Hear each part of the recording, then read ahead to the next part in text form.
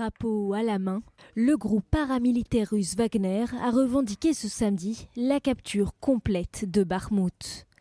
Le patron du groupe Evgeny Prigojine a déclaré que ses hommes allaient transférer le 25 mai à l'armée russe le contrôle total de la ville.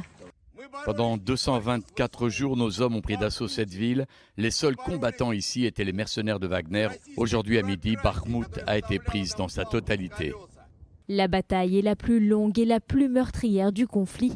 Si elle était confirmée, la prise de Bakhmout permettrait à Moscou d'afficher une victoire après plusieurs mois de combat.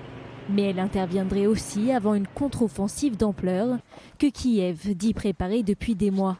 Moscou et Kiev se sont immédiatement exprimés après cette annonce. Vladimir Poutine a félicité Wagner et l'armée russe pour l'achèvement de l'opération. L'Ukraine, de son côté, a nié cette victoire et a déclaré qu'elle contrôlait encore certaines zones et que les combats se poursuivaient dans la ville.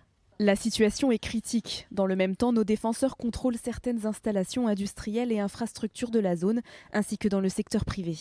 L'annonce par le groupe pro-russe Wagner de la prise de Bakhmout intervient au moment où Washington a donné son feu vert à la livraison par des pays tiers de F-16 à l'Ukraine. Moscou a immédiatement averti les pays occidentaux concernés qu'ils couraient des risques colossaux si de tels appareils étaient bel et bien fournis à Kiev.